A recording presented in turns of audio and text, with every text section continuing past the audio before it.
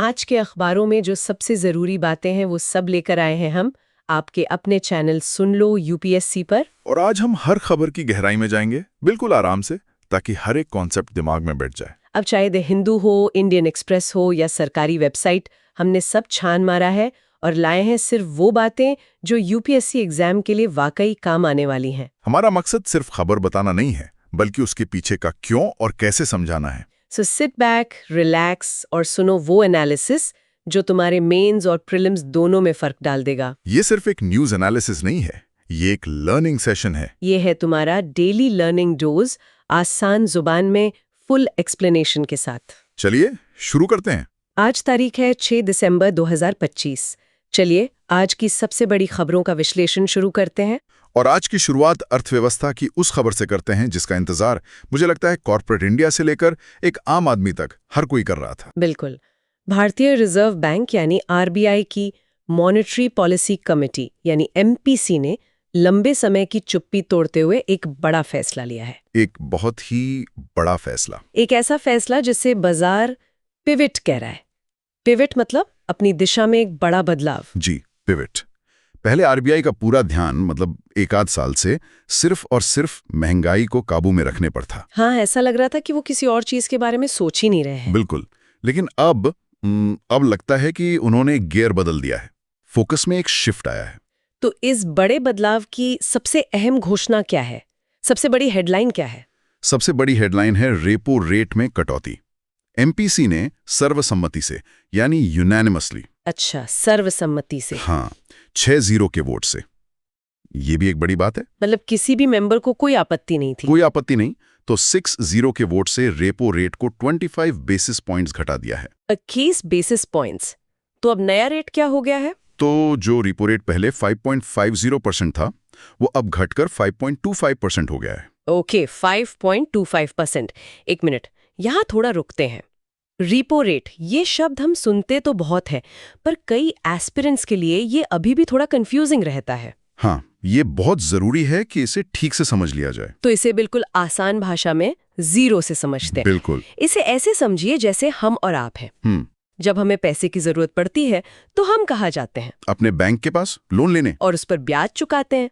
ठीक वैसे ही जब हमारे कमर्शियल बैंक्स जैसे state bank of India, HDFC, ICICI इन्हें अपने रोजमर्रा के कामकाज के लिए मतलब डे टू डे ऑपरेशंस के लिए शॉर्ट टर्म पैसों की जरूरत होती है। मतलब बहुत कम समय के लिए। हाँ, बहुत कम समय के लिए, अक्सर सिर्फ एक रात के लिए, ओवरनाइट। तो वो जाते हैं बैंकों के बैंक यानी आरबीआई के पास। अच्छा, तो आरबीआई जिस ब्याज दर पर इन बैंकों को उधार देता है वही दर रीपो रेट कहलाती है। तो ये एक तरह से बैंकों के लिए आरबीआई से उधार लेने की लागत और कॉस्ट ऑफ बोरोइंग है। एग्जैक्टली। और इसका पूरा नाम है repurchase option rate. Repurchase option, ये थोड़ा टेक्निकल लगता है। हाँ, इसमें होता यह है कि बैंक आरबीआई से पैसा उधार लेने के लिए अपनी सरकारी सिक्योरिटीज मतलब गवर्नमेंट बॉन्ड्स आरबीआई के पास गिरवी रखते हैं। ओके। और साथ में एक वादा करते हैं कि वो इन सिक्योरिटीज को एक तय समय के बाद एक तय कीमत पर वापस खरीद लेंगे, यानी रीपर्चेज कर लेंगे। इसीलिए इसे रीपो रेट कहते हैं। समझ गई। तो अगर आरबीआई ने ये लागत, ये रीपो रेट कम कर दिया तो इसका सीधा मतलब ये हुआ कि बैंकों के लिए पैसा जुटाना अब थोड़ा सस्ता हो गया है। एग्जैक्टली। और इकोनॉमिक थ्योरी ये कहती है कि जब बैंकों के लिए फंडिंग की कॉस्ट यानी पैसा जुटाने की लागत कम होती है तो उन्हें इसका फायदा आगे अपने ग्राहकों को पास ऑन करना चाहिए। ग्राहकों को मतलब हम जैसे आम लोग और कंपनियों को? जी। इसका सीधा असर होम लोन्स, कार लोन्स और बिजनेस लोन्स की ईएमआई पर पड़ सकता है। पड़ सकता है या पड़ेगा? मतलब क्या ये पक्का है कि ईएमआई कम होगी? भविष्य में कम होने की पूरी संभावना है। देखिए, बैंक तुरंत तो नहीं करते, लेकिन धीरे धीरे इसका असर दिखता है। लेकिन यहाँ एक सवाल उठता है। अक्सर ये देखा गया है कि आरबीआई जब दरें घटाता है तो बैंक उसका पूरा फायदा ग्राहकों को नहीं देते या देने में बहुत देर करते हैं। ये एक बहुत ही जरूरी सवाल है। क्या इस बार ऐसा मानने का कोई कारण है कि ये ट्रांसमिशन जिसे हम कहते हैं वो बेहतर होगा? ये एक बहुत वैलिड पॉइंट है। पहले ये समस्या वाकई बहुत बड़ी थी, जिसे इनकम्प्लीट मॉनेटरी पॉलिसी ट्रांसमिशन कहते हैं। हाँ, इस पर तो कई कमेटियां भी बनी हैं। बिल्कुल। लेकिन कुछ साल पहले आरबीआई ने external benchmark linked lending rate system लागू किया था। EBLR। जी, EBLR। इसके तहत बैंकों को अपने नए फ्लोटिंग रेट लोन को, जैसे होम लोन, सीधे रीपो रेट जैसे बाहरी बेंचमार्क से जोड़ना पड़ता है। मतलब अब ये बैंकों की मर्जी पर नहीं है। अब ये अनिवार्य है। इसका मतलब है कि अब जब भी रीपो रेट बदलेगा तो उन लोन्स की ब्याज दरें भी एक तय समय में, जैसे 3 महीने में, बदलना जरूरी है। तो हाँ, इस बार उम्मीद है कि ट्रांसमिशन पहले से कहीं ज्यादा तेज और प्रभावी होगा। ये तो बहुत अच्छी बात है। तो ये तो हुई मुख्य दर की बात। जी। लेकिन रीपो रेट अकेला नहीं होता। हाँ। इसके साथ एक पूरा कॉरिडोर चलता है, SDF और MSF का। हाँ, पॉलिसी रेट कॉरिडोर। उनमें क्या बदलाव हुए हैं? उनमें भी रीपो रेट के हिसाब से एडजस्टमेंट्स किए गए हैं। स्टैंडिंग डिपॉजिट फैसिलिटी यानी SDF रेट को 25 बेसिस पॉइंट्स घटाकर 5.00% यानी 5% कर दिया गया है। SDF क्या होता है? ये रीपो का उल्टा है क्या? एक तरह से हाँ। SDF वो दर है जिस पर बैंक अपना अतिरिक्त पैसा, मतलब जो पैसा उनके पास बच गया है, उसे बिना कोई सरकारी सिक्योरिटी दिए RBI के पास रात भर के लिए रख सकते हैं और उस पर ब्याज कमा सकते हैं। अच्छा, तो ये बैंकों के लिए एक सुरक्षित पार्किंग की तरह है। बिल्कुल। और ये लिक्विडिटी एडजस्टमेंट फैसिलिटी कॉरिडोर का फ्लोर या निचला स्तर बनाता है। मतलब ब्याज दरें इससे नीचे नहीं गिर सकती। और इस कॉरिडोर का सीलिंग यानी ऊपरी स्तर, वो है मार्जिनल स्टैंडिंग फैसिलिटी यानी MSF रेट। इसे बैंक रेट भी कहते हैं। हाँ, उसे भी 25 बेसिस पॉइंट्स घटाकर 5.5% यानी 5.50% पर एडजस्ट किया गया है। और MSF क्या है? MSF वो इमरजेंसी विंडो है। मान लीजिए किसी बैंक को अचानक बहुत ज्यादा पैसों की जरूरत पड़ गई, तो वो इस खिड़की से अपनी तय सीमा से ज्यादा ओवरनाइट उधार ले सकते हैं। ये एक तरह से सेफ्टी वॉल्व है। तो ये कॉरिडोर का ऊपरी स्तर हुआ। जी। तो संक्षेप में RBI ने पूरे ब्याज दर के ढांचे को 0.25% नीचे खिसका दिया है। फ्लोर है 5.00%, SDF, सेंटर है 5.25%, रीपो और सीलिंग है 5.50% MSF।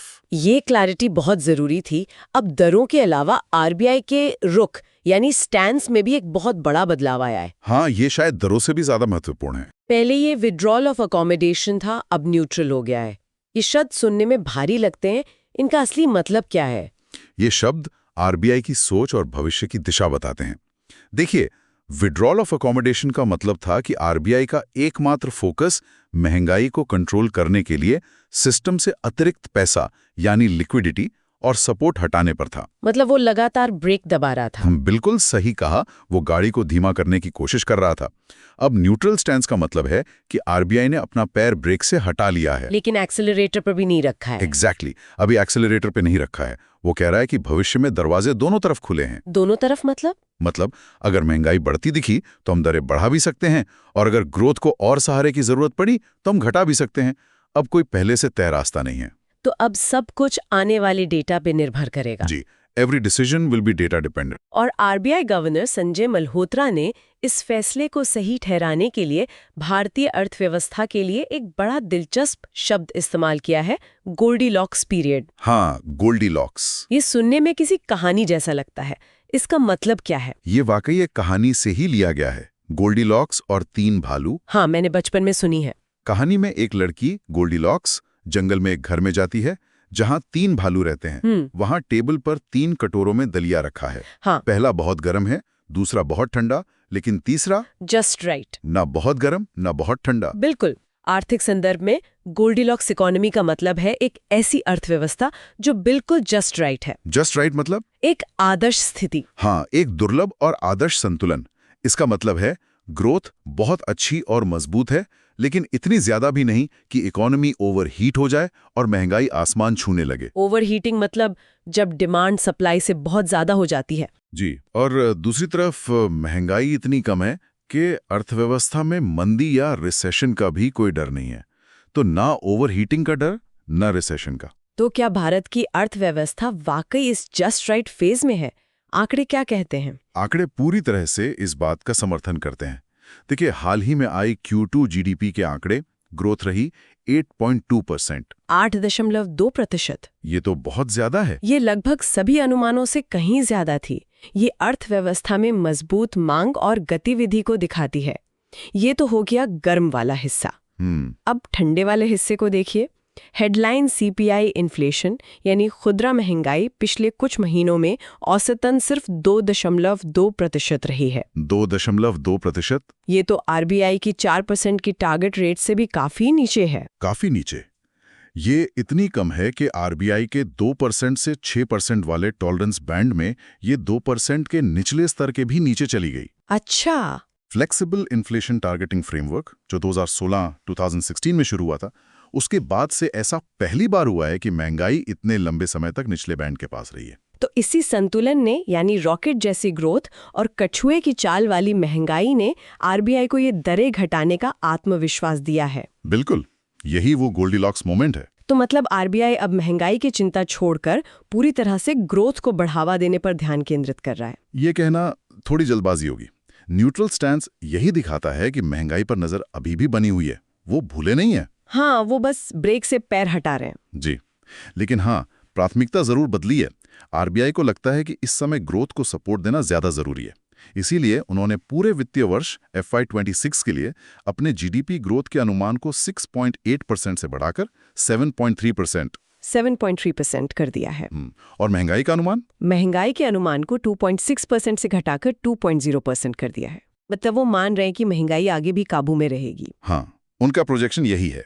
इसके अलावा एक और तकनीकी कारण है इस कटौती का, real interest rates. Real interest rates यानी असली ब्याज दर, जो नॉमिनल रेट में से इन्फ्लेशन रेट को घटाकर निकलती है। करेक्ट। पहले रिपो रेट 5.5% था और महंगाई लगभग 2% थी, तो रियल इंटरेस्ट रेट करीब 3.5% था। 3.5%। जी, आर्थिक सिद्धांत के हिसाब से ये बहुत ज्यादा है। ज्यादा क्यों है? क्योंकि ये निवेश और खपत दोनों को हतोत्साहित कर सकता है। अगर आपको अपनी बचत पर महंगाई से 3.5% ज्यादा रिटर्न मिल रहा है, तो आप खर्च करने या रिस्क लेने के बजाय पैसा बचाने को प्राथमिकता देंगे। अच्छा, ये बात है। अब 25 बीपीएस की कटौती के बाद और 2.2% की महंगाई दर पर ये लगभग 3% पर आ गया है, जो अब भी ज्यादा है लेकिन सही दिशा में एक कदम है। तो आरबीआई इसे और कम करना चाहता है। हाँ, आरबीआई इसे धीरे धीरे 1.25% से 1.5% के ग्रोथ सपोर्टिव लेवल पर लाना चाहता है। समझ गई।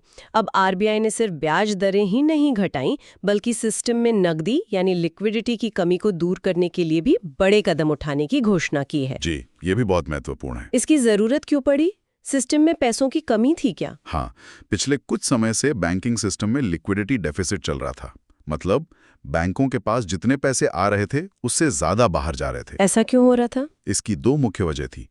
क्रेडिट ग्रोथ बहुत तेज थी, यानी लोग और कंपनियां लोन ज्यादा ले रहे थे। अच्छा, इकोनॉमी में डिमांड थी। बिल्कुल, लेकिन बैंकों में डिपॉजिट ग्रोथ धीमी थी, लोग पैसा जमा कम कर रहे थे। तो इस मिसमैच की वजह से कमी हो गई? जी, इस कमी को दूर करने के लिए आरबीआई 2 बड़े तरीकों से सिस्टम में पैसा डाल रहा है या इंजेक्ट कर रहा है। हाँ, आरबीआई ने घोषणा की है कि वो दिसंबर महीने में 1 लाख करोड़ रुपए के सरकारी बॉन्ड्स यानी गवर्नमेंट सिक्योरिटीज G-Secs बाजार से खरीदेगा। ये कैसे काम करता है? ये प्रक्रिया बहुत सीधी है। जब आरबीआई बैंकों से बॉन्ड्स खरीदता है तो वो बैंकों को उसके बदले में रुपए देता है। मतलब बॉन्ड आरबीआई के पास और पैसा बैंकों के पास। एग्जैक्टली। ये पैसा सीधा बैंकिंग सिस्टम में चला जाता है, जिससे लिक्विडिटी बढ़ जाती है। ये सिस्टम में पैसा डालने का सबसे सीधा और प्रभावी तरीका है। और दूसरा तरीका है फॉरेक्स स्वैप। ये थोड़ा जटिल लगता है। हाँ, ये थोड़ा सा कॉम्प्लेक्स है, पर इसे एक सौदे की तरह समझिए। आरबीआई $5 बिलियन का USD INR buy sell swap करेगा। Buy sell swap? जी, मतलब खरीदना भी और बेचना भी? जी। इसमें 2 हिस्से हैं। पहले हिस्से में आरबीआई आज की तारीख में यानी स्पॉट मार्केट में बैंकों से $5 बिलियन खरीदेगा और बदले में उन्हें लगभग 45,000 करोड़ रुपए दे देगा। इससे तुरंत सिस्टम में रुपए की लिक्विडिटी बढ़ जाएगी। ये हो गया बाय वाला हिस्सा। ये तो OMO जैसा ही हो गया, बस G-Secs की जगह डॉलर है। बिल्कुल। अब आता है सेल वाला हिस्सा। हाँ। उसके लिए आरबीआई बैंकों के साथ एक फॉरवर्ड कॉन्ट्रैक्ट भी करेगा। वो वादा करेगा कि आज जो $5 बिलियन उसने खरीदे हैं, वो 3 साल बाद एक पहले से तय एक्सचेंज रेट पर बैंकों को वापस बेच देगा।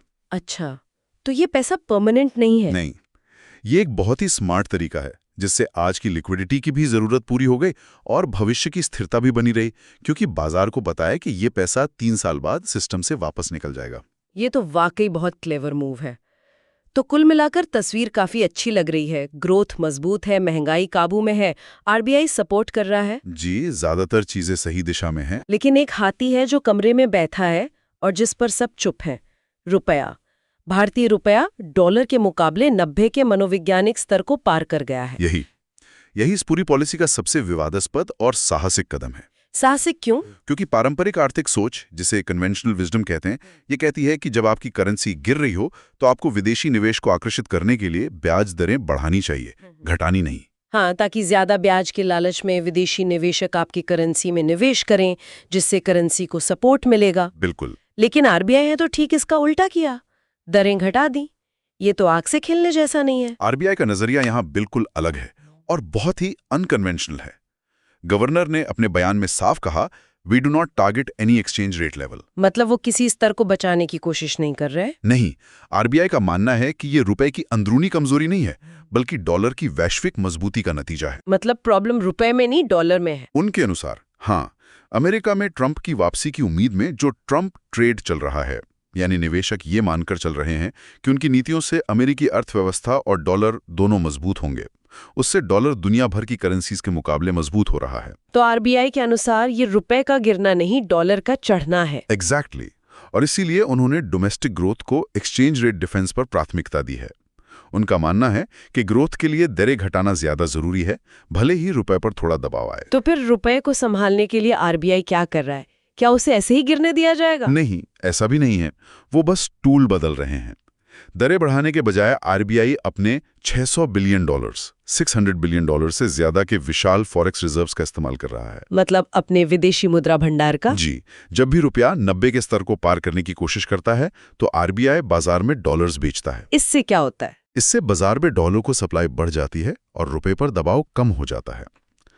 ये एक तरह से रुपए को एक सुरक्षा कवच देने जैसा है, बिना ब्याज दरें बढ़ाकर ग्रोथ की बलि चढ़ाए। ये एक बहुत ही महीन संतुलन है। अब मेंस के लिहाज से इस पूरी रणनीति का विश्लेषण करें तो इसके सकारात्मक पहलू और जोखिम क्या है? सकारात्मक पहलू ये है कि ये प्राइवेट सेक्टर के लिए एक बड़ा संकेत है, एक ग्रीन सिग्नल है। किस चीज का? कि अब कैपिटल एक्सपेंडिचर यानी कैपेक्स साइकिल, पूंजीगत व्यय का चक्र शुरू करने का सही समय है। कम ब्याज दरों से नए प्रोजेक्ट्स लगाना और निवेश करना ज्यादा फायदेमंद हो जाता है। और जोखिम? जोखिम भी बहुत बड़े हैं। सबसे बड़ा रिस्क है इंपोर्टेड इन्फ्लेशन का। Imported inflation? हाँ, कमजोर रुपए का मतलब है कि कच्चा तेल, खाने का तेल और इलेक्ट्रॉनिक सामान जैसे जरूरी आयात महंगे हो जाएंगे। और भारत तो इन चीजों का बहुत बड़ा आयातक है। बिल्कुल। अगर रुपया लंबे समय तक 90 के स्तर पर बना रहता है तो ये महंगाई को फिर से बढ़ा सकता है और आरबीआई की सारी मेहनत पर पानी फेर सकता है। और आम आदमी की बचत का क्या? वो दूसरा बड़ा जोखिम है। कम रेपो रेट का मतलब है कि बैंक फिक्स डिपॉजिट्स पर भी ब्याज दरें कम करेंगे। हाँ, ये तो होता ही है। लोग पहले से ही अपनी बचत का एक बड़ा हिस्सा इक्विटी मार्केट्स यानी शेयर बाजार में लगा रहे हैं।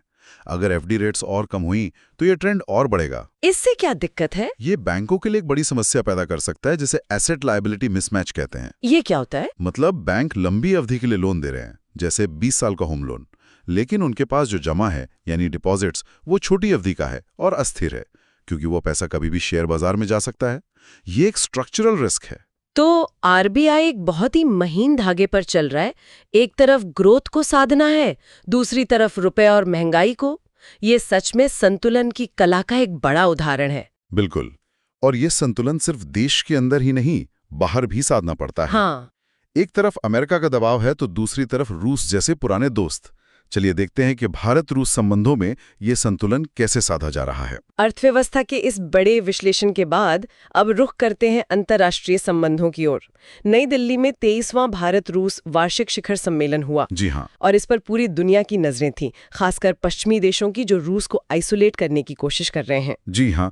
और इस शिखर सम्मेलन में प्रधानमंत्री मोदी ने भारत रूस संबंधों को परिभाषित करने के लिए एक बहुत शक्तिशाली रूपक, एक मेटाफोर का इस्तेमाल किया, ध्रुव तारा।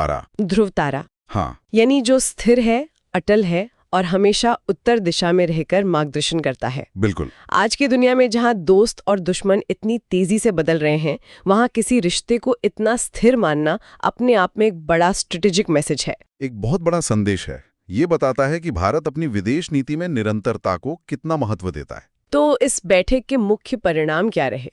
कुल 16 समझौते हुए हैं जहां तक मुझे याद है। जी, 16 समझौते हुए हैं।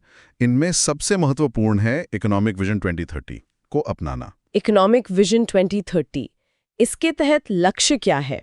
इसका लक्ष्य है 2030 तक द्विपक्षीय व्यापार को $100 बिलियन तक पहुंचाना। $100 बिलियन? अभी कितना है? अभी ये लगभग $66 बिलियन है। ये तो पहले से ही काफी ज्यादा है। हाँ, लेकिन इसमें एक असंतुलन है, एक कैच है। क्या? ये आंकड़ा मुख्य रूप से रूस से खरीदे जा रहे सस्ते तेल की वजह से इतना ज्यादा है। ट्रेड भारत के पक्ष में नहीं, रूस के पक्ष में झुका हुआ है। अच्छा, तो अब फोकस व्यापार को डाइवर्सिफाई करने पर है। एग्जैक्टली।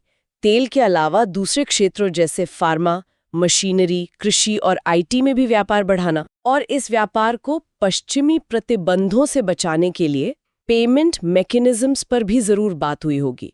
यहाँ एक बहुत दिलचस्प बात सामने आई है। लगभग 96% व्यापार पहले से ही राष्ट्रीय मुद्राओं यानी रुपए रूबल में हो रहा है। 96%, और ये तो बहुत बड़ा आंकड़ा है। बहुत बड़ा। इस शिखर सम्मेलन में इस व्यवस्था को और मजबूत करने और इंस्टीट्यूशनलाइज करने पर जोर दिया गया। इसका सीधा मतलब है स्विफ्ट सिस्टम को बाईपास करना। हाँ, और डी-डॉलराइजेशन की दिशा में एक और मजबूत कदम बढ़ाना। इसके अलावा एक फ्री ट्रेड अग्रीमेंट की भी बात चल रही थी। जी, भारत और यूरेशियन इकोनॉमिक यूनियन EAAU के बीच फ्री ट्रेड अग्रीमेंट पर भी तेजी लाने की बात हुई। EAU, इसमें कौन-कौन से देश शामिल हैं? EAU एक आर्थिक संघ है जिसमें रूस, बेलारूस, कजाकिस्तान, आर्मेनिया और किर्गिस्तान शामिल हैं। तो ये एक बड़े बाजार का दरवाजा खोल सकता है। बिल्कुल।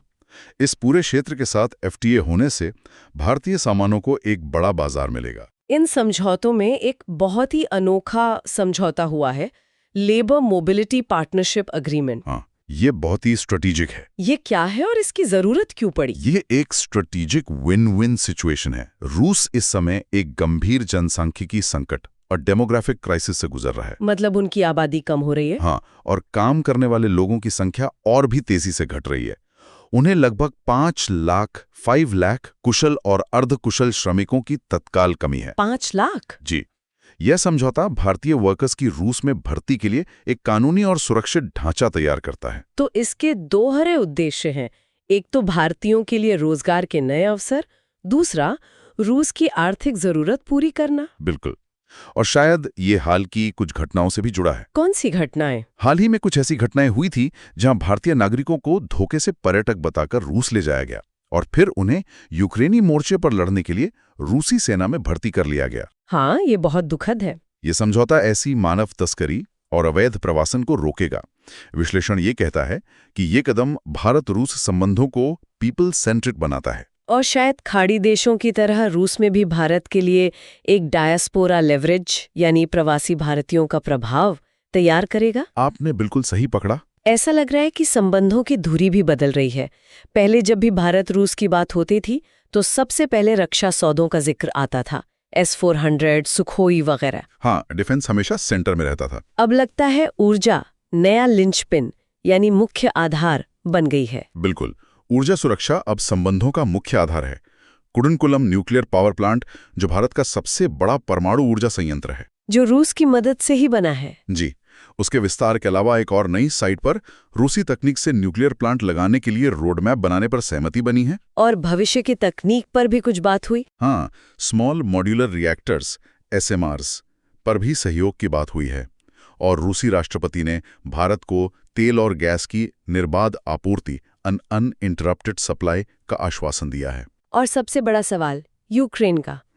इस पर भारत का रुख क्या रहा? भारत ने अपना संतुलित रुख बनाए रखा। प्रधानमंत्री मोदी का एक बयान बहुत चर्चा में है, India is not neutral, we are on the side of peace. जी, इस लाइन के क्या मायने हैं? ये बहुत केयरफुली क्राफ्ट की हुई लगती है। ये बयान भारतीय कूटनीति की परिपक्वता को दिखाता है। यह एक ही वाक्य में कई संदेश देता है। जैसे एक तरफ यह पश्चिमी देशों के उस आरोप को खारिज करता है कि भारत इस मुद्दे पर उदासीन है, हम उदासीन नहीं हैं। दूसरी तरफ यह रूस की सीधी निंदा करने से भी बचाता है। शांति के पक्ष में होना एक ऐसा स्टैंड है जिस पर कोई सवाल नहीं उठा सकता। तो ये स्ट्रेटेजिक ऑटोनॉमी यानी रणनीतिक स्वायत्ता का एक क्लासिक उदाहरण है। बिल्कुल, और इंटरनेशनल क्रिमिनल कोर्ट के वारंट के बावजूद पुतिन की मेजबानी करना ये आने वाले ट्रंप 2.0 प्रशासन को भी एक स्पष्ट संकेत है। क्या संकेत? कि भारत अपने मूल हितों पर किसी के दबाव में आकर समझौता नहीं करेगा। रक्षा और कनेक्टिविटी पर क्या अपडेट है? कोई नई डील हुई? कोई बड़ी नई डिफेंस डील तो अनाउंस नहीं हुई। और इसका एक कारण अमेरिका के काटसा प्रतिबंधों से बचना हो सकता है। लेकिन भारत में ही रूसी हथियारों के स्पेयर पार्ट्स बनाने के लिए जॉइंट मैन्युफैक्चरिंग पर जोर दिया गया है। ये क्यों जरूरी है? ये बहुत जरूरी है क्योंकि आज भी हमारा लगभग 60% सैन्य साजो सामान रूसी मूल का है और उनकी सप्लाई चेन बनाए रखना एक चुनौती है, खासकर युद्ध के समय। और कनेक्टिविटी के मोर्चे पर 2 बड़े कॉरिडोर्स को गति देने पर सहमति बनी है। Chennai Vladivostok eastern maritime corridor और international north south transport corridor INSTC। ये कॉरिडोर्स व्यापार के लिए नए और छोटे रास्ते खोलेंगे जी, जो ज्यादा सुरक्षित और तेज होंगे। रूस से हटकर अब अमेरिका की बात करें तो वहां सत्ता परिवर्तन के बाद नवनिर्वाचित राष्ट्रपति डोनाल्ड ट्रंप की अमेरिका फर्स्ट 2.0 रणनीति के कुछ संकेत मिलने लगे हैं। जी, और ये संकेत दिखाते हैं कि उनकी विदेश नीति इस बार और भी ज्यादा ट्रांसैक्शनल और डिसरप्टिव हो सकती है। मतलब और भी ज्यादा अप्रत्याशित? हाँ, कह सकते हैं। पहला बड़ा बदलाव है रीजनल शिफ्ट। उनकी सर्वोच्च प्राथमिकता अब यूरोप या मध्य पूर्व नहीं बल्कि लैटिन अमेरिका है। Latin America? वो क्यों? वो चीन के बढ़ते प्रभाव को रोकने के लिए मनरो डॉक्ट्रिन को फिर से जीवित करना चाहते हैं। मनरो डॉक्ट्रिन ये क्या है? ये 19वीं सदी की एक अमेरिकी विदेश नीति है जिसका मूल विचार था कि अमेरिकी महाद्वीपों में किसी भी यूरोपीय शक्ति का हस्तक्षेप बर्दाश्त नहीं किया जाएगा। इसे अमेरिका का बैकयार्ड माना जाता था। तो अब इसे 21वीं सदी में चीन के खिलाफ इस्तेमाल करने की बात हो रही है। जी, दूसरा बड़ा संकेत, यूरोप और नेटो को 2027 तक अपनी रक्षा का भार खुद उठाने का अल्टीमेटम दिया गया है। इसका सीधा मतलब यूएस का यूरोप की सुरक्षा गारंटी से पीछे हटना हो सकता है? हाँ, ये यूरोप के लिए बहुत बड़ी चिंता का विषय है। और उनकी विचारधारा भी काफी सख्त नजर आ रही है। हाँ, वो प्रवासन यानी माइग्रेशन को राष्ट्रीय सुरक्षा का खतरा बता रहे हैं और 30 से ज्यादा देशों पर ट्रैवल बैन का प्रस्ताव है। और उनकी डिप्लोमेसी पूरी तरह ट्रांजैक्शनल है, यानी लेन-देन पर आधारित। इसका सबसे अच्छा उदाहरण है DR कॉन्गो और रुवांडा के बीच हुआ शांति समझौता, जिसके केंद्र में कोई मानवीय कारण नहीं बल्कि उन देशों के क्रिटिकल मिनरल्स तक अमेरिका की पहुंच बनाना है। उनकी फिलॉसफी सीधी है, मेक मनी नॉट वॉर। तो एक तरफ रूस के साथ स्थिर ध्रुव तारा जैसे संबंध, दूसरी तरफ अमेरिका की अप्रत्याशित नीतियां। भारत को इन दोनों के बीच संतुलन साधना होगा। ये भारतीय विदेश नीति के लिए सबसे बड़ी चुनौती और अवसर दोनों होगा। के लिए अब देश के अंदर के संतुलन पर आते हैं, राजव्यवस्था और शासन यानी पॉलिटी एंड गवर्नेंस पर। संसद ने एक बहुत महत्वपूर्ण बिल पास किया है, पान मसाला सेस बिल। इसका पूरा नाम है health security and national security cess bill 2025। और इसके प्रावधान बहुत अनोखे हैं। मुझे लगता है ये UPSC मेंस के लिए बहुत महत्वपूर्ण केस स्टडी है। बिल्कुल। पहला तो ये कि पान मसाला, गुटखा और तंबाकू उत्पादों पर एक विशेष सेस, स्पेशल सेस लगाया जाएगा। और इसे वसूलने का तरीका भी नया है, कैपेसिटी बेस्ड टैक्सेशन। ये क्या होता है? ये टैक्स चोरी रोकने का एक बहुत ही स्मार्ट तरीका है। देखिए, तंबाकू उद्योग में, खासकर अनऑर्गेनाइज्ड सेक्टर में, हाँ, वहाँ बहुत चोरी होती है। कंपनी अक्सर अपना उत्पादन कम दिखाती हैं ताकि टैक्स कम देना पड़े। कैपेसिटी बेस्ड टैक्सेशन में टैक्स उनके द्वारा घोषित उत्पादन पर नहीं बल्कि उनकी फैक्ट्री में लगी मशीन की उत्पादन क्षमता पर लगाया जाता है। एग्जैक्टली। मान लीजिए एक मशीन 1 घंटे में 1000 पाउच बना सकती है, तो टैक्स उसी क्षमता के आधार पर लगेगा, भले ही कंपनी कहे कि उसने सिर्फ 500 बनाए। इसे प्रिजम्प्टिव टैक्स मॉडल कहते हैं, यानी सरकार पहले से ही मान कर चलती है कि मशीन पूरी क्षमता से चल रही है। जी। और इस सेस से जो पैसा आएगा उसका इस्तेमाल कहाँ होगा? ये पैसा एक नॉन लैप्सेबल फंड में जाएगा। नॉन लैप्सेबल का मतलब है कि जो पैसा वित्तीय वर्ष के अंत में खर्च नहीं हुआ वो खत्म नहीं होगा, बल्कि अगले साल के लिए कैरी फॉरवर्ड हो जाएगा। सही। इसका इस्तेमाल 2 जगहों पर होगा, स्वास्थ्य और रक्षा। स्वास्थ्य और रक्षा, ये तो बहुत अलग अलग क्षेत्र हैं। हाँ, और यही इस बिल की खासियत है। स्वास्थ्य के लिए राज्यों में पब्लिक हेल्थ सेंटर्स, PHCs और अस्पतालों को अपग्रेड करने में, और रक्षा के लिए आधुनिक हथियार खरीदने और डिफेंस मॉडर्नाइजेशन में। इस बिल में सबसे जरूरी और विवादास्पद बिंदु जो फिस्कल फेडरलिज्म यानी राजकोषीय संघवाद से जुड़ा है, वो है केंद्र राज्य के बीच इसका बंटवारा। सेस तो आमतौर पर राज्यों के साथ साझा नहीं किए जाते। एग्जैक्टली यही तो सारा मुद्दा है। संविधान के आर्टिकल 270 के तहत केंद्र द्वारा लगाए गए ज्यादातर टैक्स एक डिविजिबल पूल में जाते हैं, जिसे केंद्र और राज्यों के बीच फाइनेंस कमीशन की सिफारिशों के अनुसार बांटा जाता है। करेक्ट। लेकिन सेस और सरचार्ज इस डिविजिबल पूल से बाहर होते हैं और उनका पूरा पैसा केंद्र सरकार के पास रहता है। और राज्यों की हमेशा से ये शिकायत रही है कि केंद्र सरकार टैक्स पर सेस लगाकर अपना राजस्व बढ़ा लेती है, लेकिन राज्यों को उसमें हिस्सा नहीं देती। जी, इसे क्रीपिंग सेंट्रलाइजेशन ऑफ रेवेन्यूज भी कहते हैं। तो इस बिल में क्या अलग है? इस बिल में एक अभूतपूर्व प्रावधान डाला गया है। वित्त मंत्री ने स्पष्ट किया है कि सेस का जो हिस्सा स्वास्थ्य के लिए है वो राज्यों के साथ साझा किया जाएगा। अच्छा, ये तो बहुत बड़ी बात है। बहुत बड़ी। ऐसा क्यों किया गया? क्योंकि स्वास्थ्य संविधान की 7वीं अनुसूची में राज्य सूची का विषय है। ये एक नई मिसाल कायम करता है। ये फिस्कल फेडरलिज्म में एक नया अध्याय है, जहां केंद्र ने माना है कि भले ही राजस्व का स्रोत सेस हो, लेकिन अगर उसका उद्देश्य राज्य के विषय से जुड़ा है तो उसमें राज्यों को हिस्सा मिलना चाहिए। शासन से जुड़े एक संकट की बात करते हैं जिसने आज पूरे देश के विमानन क्षेत्र को हिलाकर रख दिया। हाँ, इंडिगो संकट। इंडिगो की 1000 से ज्यादा उड़ानें रद्द हो गईं और हवाई किराए आसमान छूने लगे। ये एक क्लासिक केस है कि कैसे एक कंपनी की विफलता पूरे देश का इंफ्रास्ट्रक्चर फेलियर बन सकती है। और इसके मूल में है FDTL मिसमैच। FDTL का मतलब क्या है? FDTL का मतलब है फ्लाइट ड्यूटी टाइम लिमिटेशंस। ये DGCA यानी directorate general of civil aviation द्वारा बनाए गए नियम हैं, जी, ताकि पायलट थकान की वजह से कोई हादसा ना हो। बिल्कुल। और DGCA ने हाल ही में अंतर्राष्ट्रीय मानकों के अनुरूप इन नियमों को और सख्त बनाया था। क्या बदलाव किए गए थे? जैसे नाइट ड्यूटी की परिभाषा को ज्यादा कड़ा कर दिया गया। रात में एक पायलट अधिकतम कितनी लैंडिंग कर सकता है, उसकी संख्या 6 से घटाकर 2 कर दी गई। 6 से 2? ये तो बहुत बड़ा बदलाव है। हाँ, और साप्ताहिक आराम का समय 36 घंटे से बढ़ाकर 48 घंटे कर दिया गया। ये सब पायलट सुरक्षा के लिए बहुत अच्छे कदम थे। लेकिन इंडिगो इसके लिए तैयार नहीं था। बिल्कुल नहीं। इन नए नियमों को लागू करने के लिए इंडिगो, जिसका बाजार में 60% से ज्यादा हिस्सा है, 60% से ज्यादा? हाँ, उसे 20 से 25% ज्यादा पायलटों की जरूरत थी, लेकिन उन्होंने समय पर पर्याप्त भर्ती नहीं की। क्यों? इंडिगो ने खुद माना है कि उनसे प्लानिंग गैप्स हुए। इसका नतीजा हुआ एक पूरा रोस्टर कोलैप्स। उनके पास नियम के मुताबिक उड़ाने के लिए पायलट ही नहीं थे। और जब देश में हवाई यात्रा ठप होने लगी तो नियामक यानी DGCA को दखल देना पड़ा। हाँ, और ये बहुत ही विडंबनापूर्ण है, आयरॉनिक है। कैसे? जिस DGCA ने सुरक्षा के लिए नियम बनाए थे, उसी को अपनी आपातकालीन शक्तियों का इस्तेमाल करके 10 फरवरी 2025 तक इन नियमों में छूट देनी पड़ी। मतलब अपने ही नियम वापस लेने पड़े? जी, पुरानी नाइट परिभाषा फिर से लागू कर दी गई और लैंडिंग की सीमा भी हटा दी गई ताकि उड़ानें फिर से शुरू हो सकें। मेंस के लिए इसके व्यापक प्रभाव क्या हैं? GS पेपर 3 में इंफ्रास्ट्रक्चर और गवर्नेंस से ये कैसे जुड़ता है? इसके 3 बड़े प्रभाव हैं। पहला है मोनोपोली रिस्क, एकाधिकार का जोखिम। हाँ, ये दिखाता है कि जब किसी एक सेक्टर में एक कंपनी का दबदबा इतना ज्यादा हो जाता है तो उसकी एक गलती पूरे देश को रोक सकती है। ये नेशनल सिक्योरिटी के लिए भी एक जोखिम है। दूसरा, ये भारत में एक मजबूत पैसेंजर चार्टर की कमी को उजागर करता है।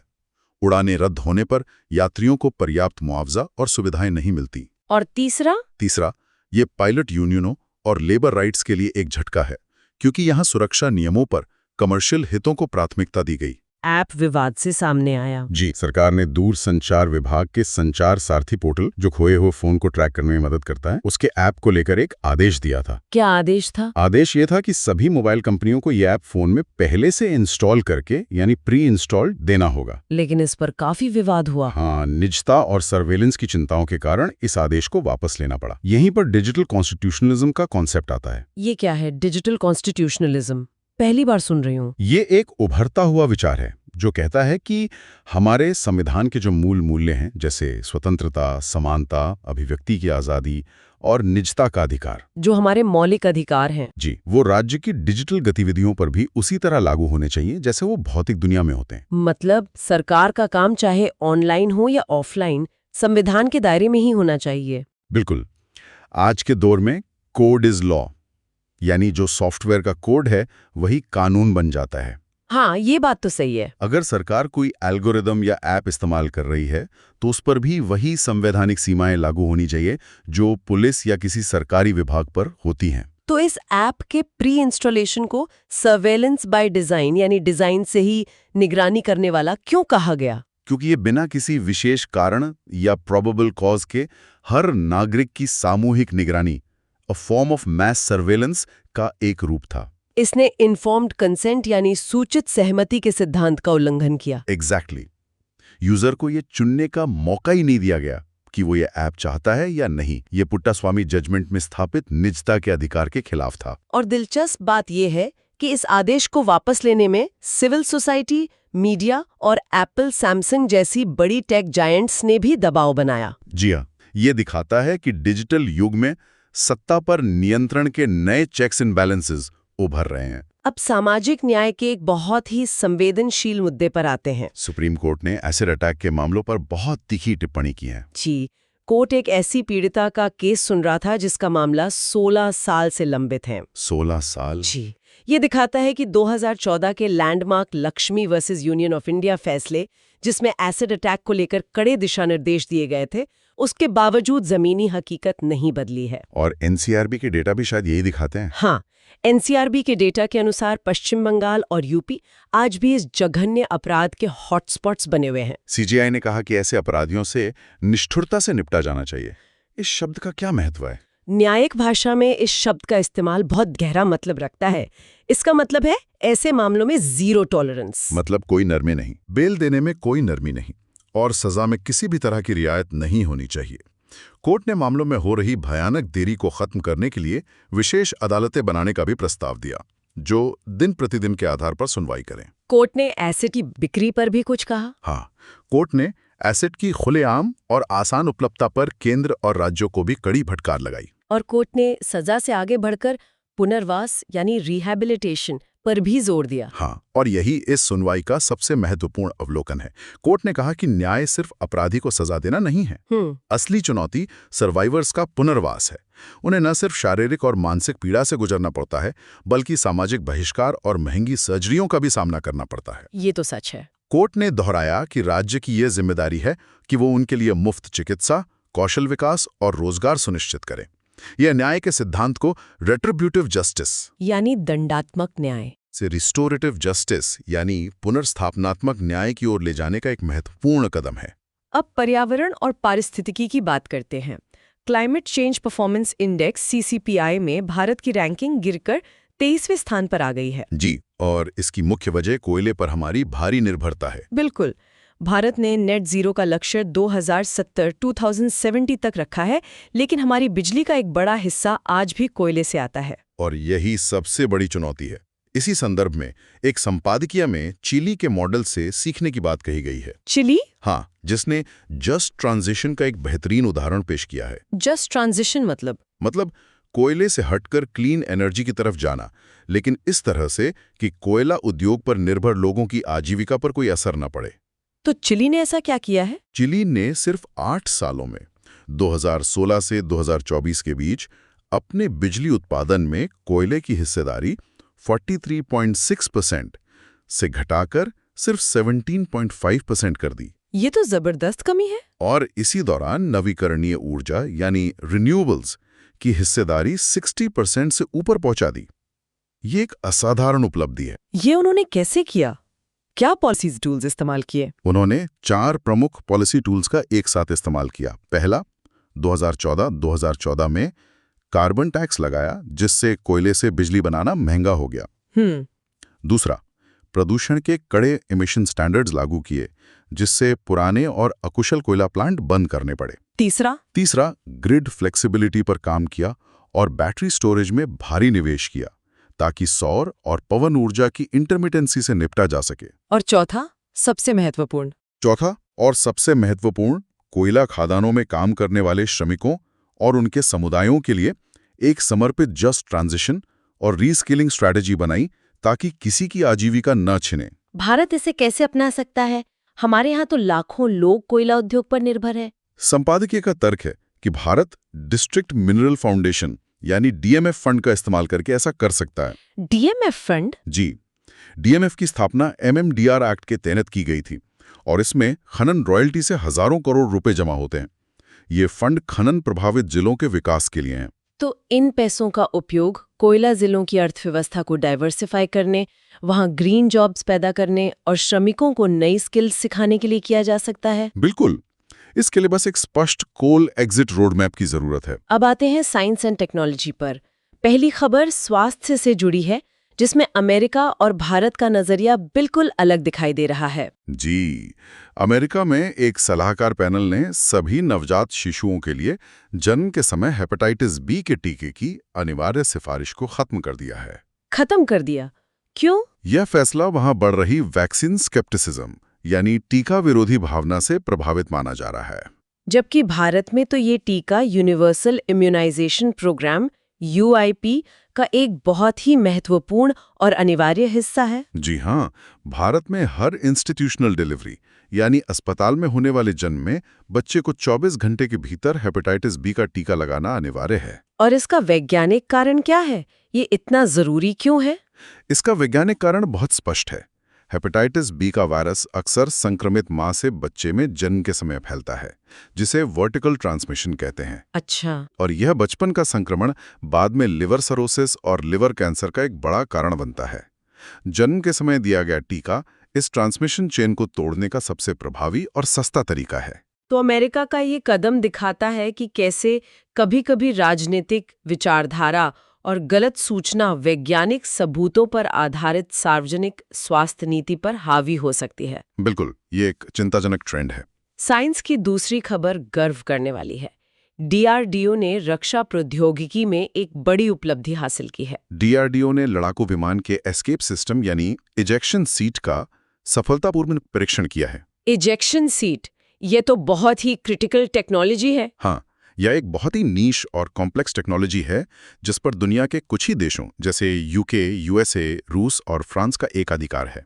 और ये हमारे स्वदेशीकरण यानी इंडिजनाइजेशन के लिए एक मील का पत्थर क्यों है? क्योंकि अब तक हम अपने सभी लड़ाकू विमानों के लिए UK की मार्टिन बेकर कंपनी द्वारा बनाई गई सीटों पर निर्भर थे। अच्छा, तो हम इसे आयात करते थे? जी, ये सफलता हमारे स्वदेशी लड़ाकू विमान कार्यक्रमों जैसे LCA तेजस MK2 और भविष्य के advanced medium combat aircraft AMCA के लिए बहुत महत्वपूर्ण है। तो ये न सिर्फ आत्मनिर्भरता बढ़ाती है और विदेशी मुद्रा बचाती है, बल्कि युद्ध जैसी स्थिति में सप्लाई चेन की सुरक्षा भी सुनिश्चित करती है। एग्जैक्टली।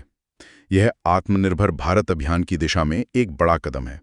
चलिए अब जल्दी से आज के प्रीलिम्स फैक्ट्स पर नजर डालते हैं। ये वो तथ्य हैं जो सीधे सीधे परीक्षा में पूछे जा सकते हैं। मैं हर तथ्य को 2 बार दोहराऊंगी। जी। पहला, अभय ब्रिगेड। यह बिहार पुलिस की एक पहल है। सार्वजनिक स्थानों पर महिला सुरक्षा के लिए यह महिला नेतृत्व वाली गश्ती इकाइयां हैं। अभय ब्रिगेड। बिहार पुलिस की महिला सुरक्षा इकाई। दूसरा, दीपाथून। यह मदुरई में थिरुपरनकुंद्रम पहाड़ी पर स्थित एक पत्थर का दीपक स्तंभ है।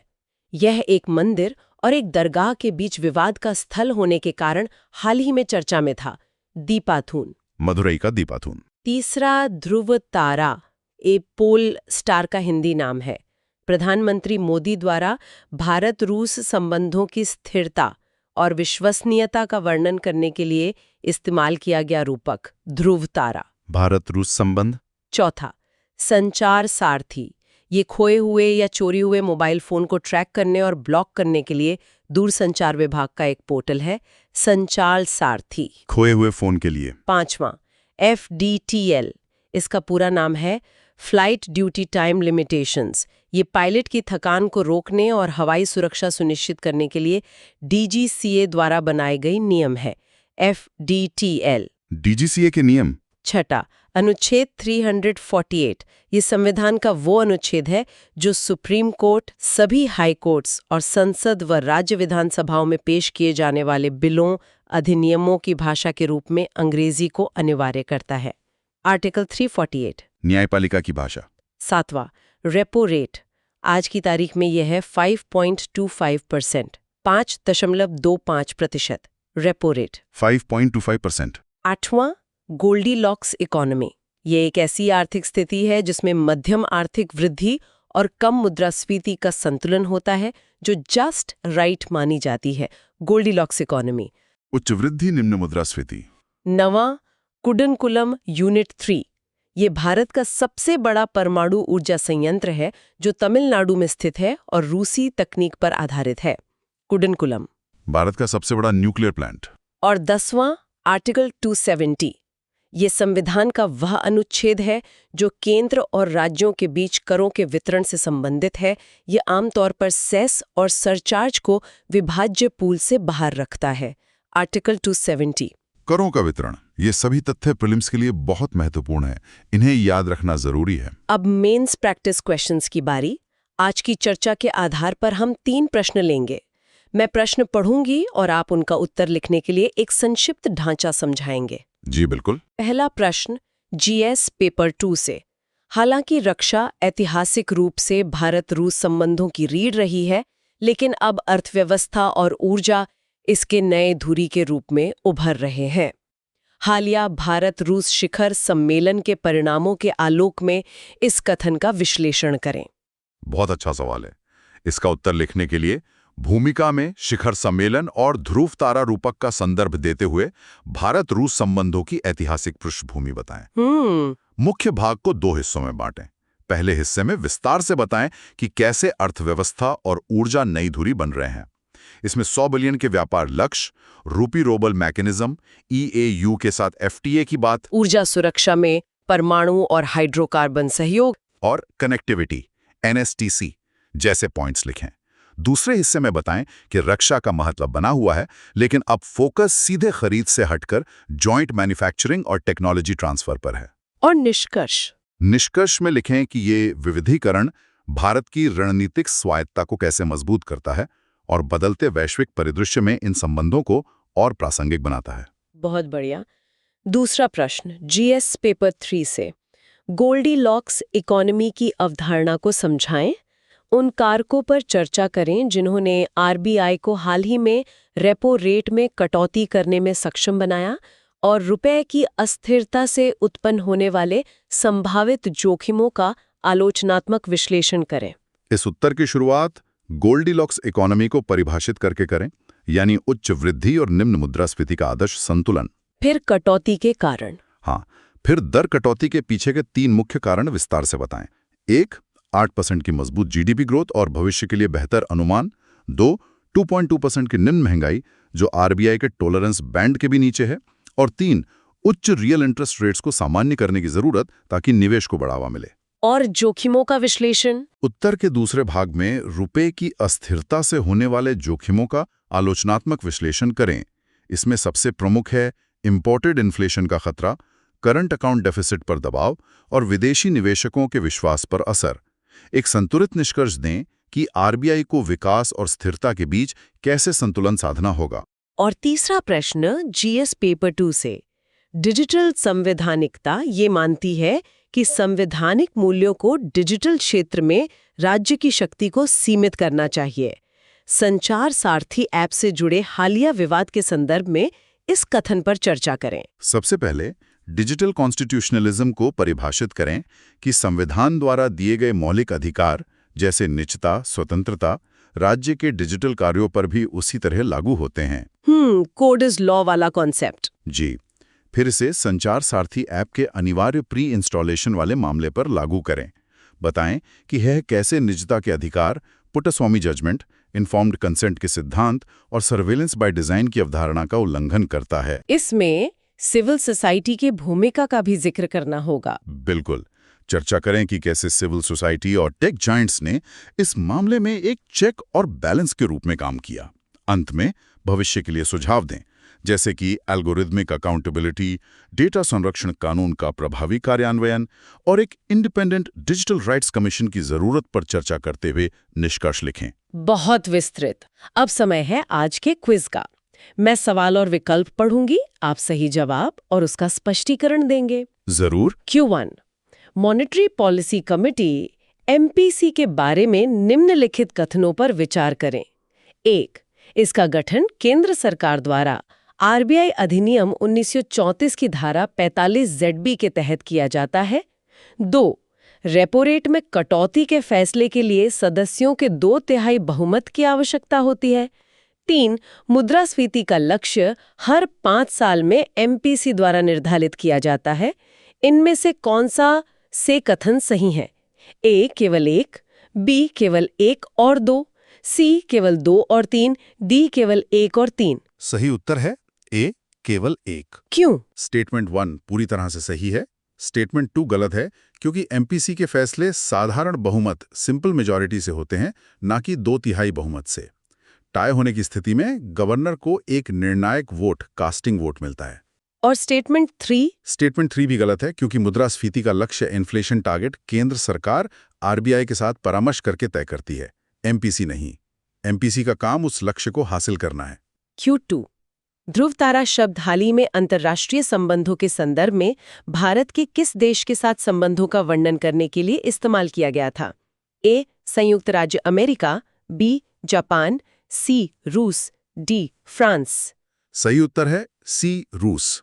प्रधानमंत्री मोदी ने नई दिल्ली में हुए भारत-रूस शिखर सम्मेलन में दोनों देशों के संबंधों की स्थिरता, विश्वसनीयता और मार्गदर्शक प्रकृति को दर्शाने के लिए ध्रुव तारा रूपक का इस्तेमाल किया। Q3 स्वास्थ्य सुरक्षा और राष्ट्रीय सुरक्षा उपकर विधेयक 2025 में निम्नलिखित में से किस पर उपकर यानी सेस लगाने का प्रस्ताव है? ए, कच्चे तेल का आयात, बी, पान मसाला और तंबाकू उत्पाद, सी, लग्जरी ऑटोमोबाइल, डी, कोयला उत्पादन। सही उत्तर है बी पान मसाला और तंबाकू उत्पाद। इस बिल में इन हानिकारक उत्पादों पर एक विशेष सेस लगाने का प्रस्ताव है, जिससे मिलने वाले राजस्व का उपयोग स्वास्थ्य के बुनियादी ढांचे को सुधारने और रक्षा आधुनिकीकरण के लिए किया जाएगा। Q4 अभय ब्रिगेड, जो हाल ही में खबरों में रहा, किससे जुड़ी एक पहल है? ए, कश्मीर में भारतीय सेना की उग्रवादी रोधी इकाई, बी, बिहार पुलिस की महिला सुरक्षा गश्ती इकाई, सी, डीआरडीओ की नई मिसाइल रेजिमेंट, डी, केरल का आपदा प्रतिक्रिया बल। सही उत्तर है बी, बिहार पुलिस की महिला सुरक्षा गश्ती इकाई। यह सार्वजनिक स्थानों, विशेषकर स्कूलों और कॉलेजों के पास महिलाओं और लड़कियों की सुरक्षा सुनिश्चित करने के लिए बिहार पुलिस द्वारा शुरू की गई एक महिला नेतृत्व वाली विशेष पेट्रोलिंग यूनिट है। आखिरी सवाल Q5 अंतर्राष्ट्रीय उत्तर दक्षिण परिवहन गलियारा NSTC के बारे में निम्नलिखित कथनों पर विचार करें। 1.